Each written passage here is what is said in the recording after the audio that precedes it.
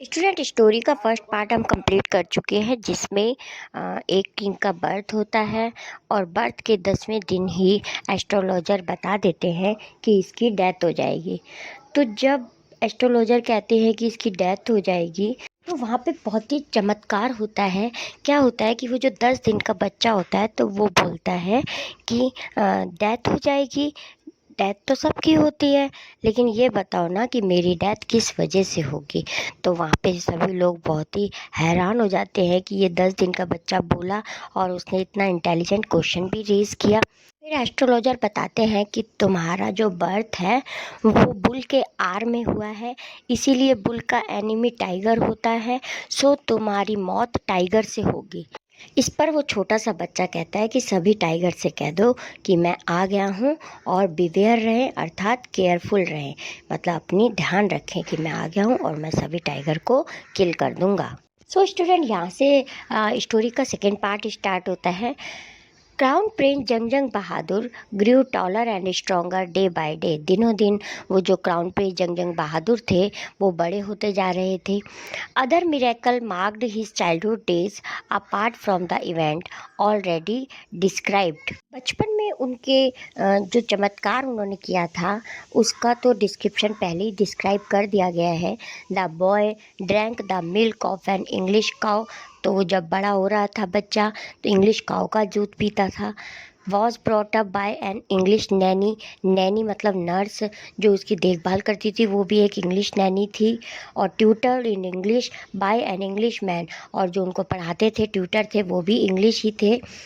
सा nothing but English film, और वो क्या देखते थे, कुछ भी नहीं देखते थे, केवल इंग्लिश फिल्में ही देखते थे ये जो प्रिंस थे। Exactly as the crown prince of all other Indian state did. तो जिस प्रकार की इंडियन अलग स्टेट में जो इंग्लिश फिल्में देखी जाती थी, उसी प्रकार ये प्रिंस भी अंग्रेजी फिल्में ही देखते थे। When he came of age at 20, जब वो 20 ईयर्स के हुए, the state which had been with the coat of walls until then came into his hands. State की जिम्मेदारी थी वो क्राउन प्रिंस को दे दी जाती है। इससे पहले चूँकि उनके मदर और फादर नहीं होते तो वो सारी स्टेट की रेस्पॉन्सिबिलिटी ब्रिटिशर्स के पास होती है, लेकिन अब कोर्ट ऑफ वर्ड्स किसके हैंड कर दी जाती है, कोर्ट की जिम्मेदारी यानी कि जो उनके राज्य की जिम्मेदारी है वो प्रिंस को दे दी जाती है। क्यों? क्योंकि अब वो 20 ईयर्स के हो गए हैं, अर्थात अब वो बड़े हो गए हैं। But every one in the kingdom remember the astrologers prediction.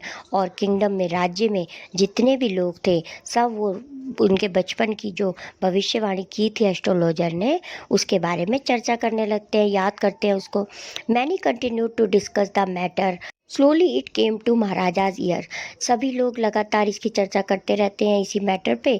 तो ये सारा जो मैटर की बात है वो महाराजा के कानों तक भी आ जाती है, अर्थात उनको भी पता चल जाता है कि ऐसे ऐसे प्रिडिक्ट किया गया था जब मैं छोटा था।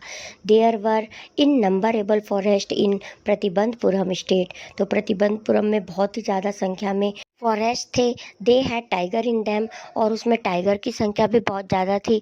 The Maharaja new the old saying you may kill even a cow in self defence. और महाराजा जानते थे, जो कि जिस प्रकार बुजुर्ग लोग कहा करते थे कि अपनी आत्मरक्षा के लिए, सेल्फ डिफेंस आत्मरक्षा के लिए तुम एक पूजनीय काऊ की सब पूजा करते हैं, उनके पैर छूते हैं, लेकिन अगर तुम्हारे पे वो आक्रमण कर रही है तो तुम अपने सेल्फ डिफेंस में काऊ को भी कर सकते हो। There could certainly be no objection to killing tiger in self defence. तो फिर अपनी आत्मरक्षा के लिए टाइगर को मारना अपराध ना होगा।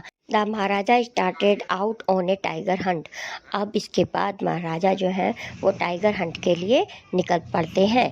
The maharaja was thrilled beyond measure when he killed his first tiger.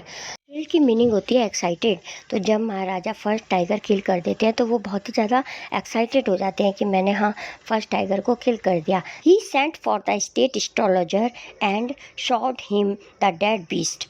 फिर वो टाइगर की डेड बॉडी को एस्ट्रोलॉजर को दिखाते हैं कि देख लो, मैंने टाइगर को किल कर दिया है।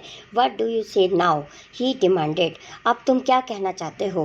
राजा एस्ट्रोलॉजर से कहते हैं कि अब तुम क्या चाहते हो? Your majesty may kill 99 tiger in exactly the same manner, कि जिस प्रकार से तुमने एक टाइगर मारा है, इसी ही मैनर में तुम्हें 99 टाइगर और किल करने होंगे, अर्थात तुम्हें पूरे 100 टाइगर को मारना होगा।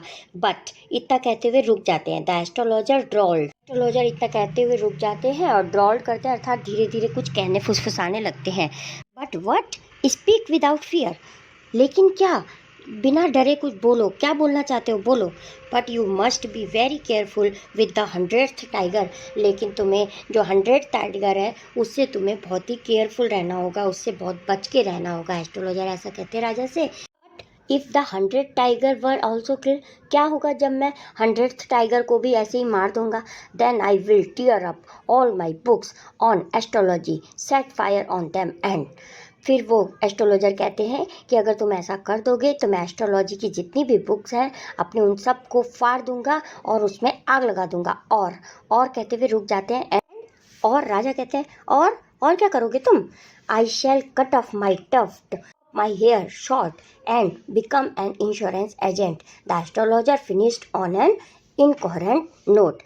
तो जो एस्ट्रोलॉजर होते हैं उसके बाद मैं क्या करूँगा, कहते हैं कि मैं अपनी टफ्ट यानी कि बंच ऑफ हेयर यानी कि चोटी, ब्राह्मण लोग चोटी रखते हैं, कि मैं इस चोटी को भी कटवा दूंगा और अपने बाल छोटे करवा दूंगा, मतलब चोटी पूरी हटवा दूंगा। और मैं इंश्योरेंस एजेंट बन जाऊँगा, अर्थात मैं एस्ट्रोलॉजी करना ही छोड़ दूंगा और इंश्योरेंस एजेंट बन जाऊँगा।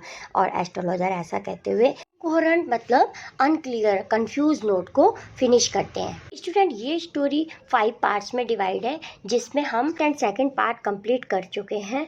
आई hope this video lecture is very helpful to you. If yes, please like this video, share this video, comment on this video, subscribe my channel for more videos. Thank you so much for watching. मिलते हैं next video lecture में, तब तक के लिए bye.